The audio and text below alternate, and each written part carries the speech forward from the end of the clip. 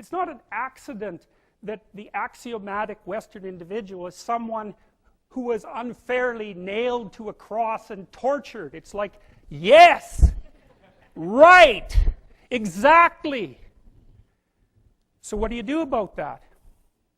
Well, I thought about that for a long time too. It's like, well, you don't get together in a damn mob, because all that does is allow you to be as horrible as you could possibly imagine and suffer from none of the consequences. That's a bad idea. So how about we don't do that? Well, there's a deep idea in the West too. It's like, pick up your damn suffering and bear it and try to be a good person so you don't make it worse. Well, that's a truth. You know, I read a lot about the terrible things that people have done to each other. You just cannot even imagine it. It's so awful. So you don't want to be someone like that. Now, do you have a reason to be? Yes. You have lots of reasons to be. God, there's reasons to be resentful about your existence. Everyone you know is going to die. You know, you too. And there's going to be a fair bit of pain along the way, and lots of it's going to be unfair. It's like, yeah, no wonder you're resentful. It's like, act it out and see what happens. You make everything you're complaining about infinitely worse. There's this idea that hell is a bottomless pit, and that's because no matter how bad it is, some stupid son of a bitch like you could figure out a way to make it a lot worse. So you think, well, what do you do about that? Well, you accept it. That's what life is like. It's suffering. That's what the religious people have always said. Life is suffering. Yes. Well, who wants to admit that? Well, just think about it. Well, so what do you do in the face of that suffering? Try to reduce it. Start with yourself. What good are you? Get yourself together for Christ's sake, so that when your father dies, you're not whining away in a corner, and you can help plan the funeral, and you can stand up solidly so that people can rely on you. That's better. Don't be a damn victim. Of course you're a victim. Jesus, obviously. Put yourself together. And then maybe if you put yourself together, you know how to do that. You know what's wrong with you, if you'll admit it. You know there's a few things you could like polish up a little bit, that you might even be able to manage in your insufficient present condition. And so you might shine yourself up a little bit, and then your eyes will be a little more open, then you can shine yourself up a little bit more, and then maybe you could bring your family together instead of having them be the hateful, spiteful, neurotic, infighting batch that you're like doomed to spend Christmas with. So then you fix yourself up a little bit, kind of humbly, because, you know, God, you're a fixer-upper if there ever was one. And then you got to figure out, well, can you figure out how to make peace with your idiot brother? And probably not, because he's just as dumb as you, so how the hell are you going to manage that? And so then maybe you get somewhere that way, and your family's sort of functioning, and you find out, well, that kind of relieved a little bit of suffering, although it reduced the opportunities for spiteful revenge, and that's kind of a pain in the neck. And so then you get your family together a little bit, and you're a little clued in then, at least a bit, because you've done something difficult that's actually difficult. You're a little wiser, and so then maybe you could put a tentative finger out beyond the family and try to change some little thing without wrecking it.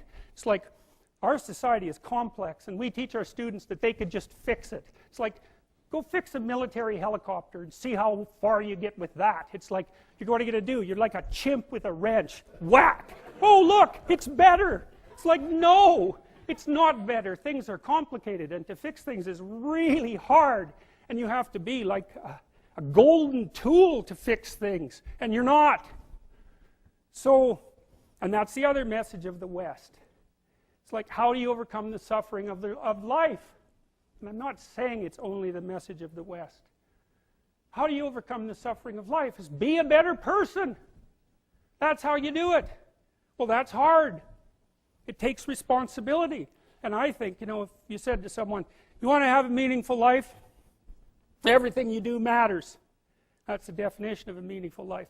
But everything you do matters. So you're going to have to carry that with you. Or do you want to just forget about the whole meaning thing, and then you don't have any responsibility, because who the hell cares? And you can wander through life doing whatever you want, gratifying impulsive desires for how useful that's going to be. And You're stuck in meaninglessness, but you don't have any responsibility. Which one do you want? Well, ask yourself, which one are you pursuing? And you'll find very rapidly that it isn't the majority of your soul that's pursuing the whole meaning thing, because, well, look what you have to do that. You have to take on the fact that life is suffering. You have to put yourself together in the face of that. Well, that's hard. Christ, it's amazing people can even do it. I'm stunned every day when I go outside, and it isn't a riot with everything burning. Because really, God, you talk to people, it's like, I knew this guy, he'd been in a motorcycle accident, and it really ruined him, and he was like a linesman, you know, working on the power, and he was working with someone who had Parkinson's disease, and they had complementary inadequacies, and so two of them could do the job of one person, and so they're out there fixing power lines in the freezing cold, despite the fact that one was 3/4 wrecked with a motorcycle accident, and the other one had Parkinson's. It's like, that's how our civilization works. It's like, there's all these ruined people out there, they've got problems like you can't believe. Off they go to work and do things they don't even like, and look, the lights are on. My God, it's unbelievable. It's a miracle. It's a miracle. And we're so ungrateful. College students, the postmodern types, they're so ungrateful. You know, they don't know that they're surrounded by just a bloody miracle. It's a miracle that all this stuff works. That all you crazy chimpanzees that don't know each other can sit in the same room for 2 hours sweltering away without tearing each other apart, because that's what chimps do. So, anyways, so what happened? Well, I made some videos, and I got to the bottom of some things, at least as far as I can tell, so I told you what the bottom is, and then I got this idea about what you might do about it, which isn't my idea. It's not my idea. It's an old idea. It's far older than Christianity. It's old. It's the oldest story of mankind. Get yourself together.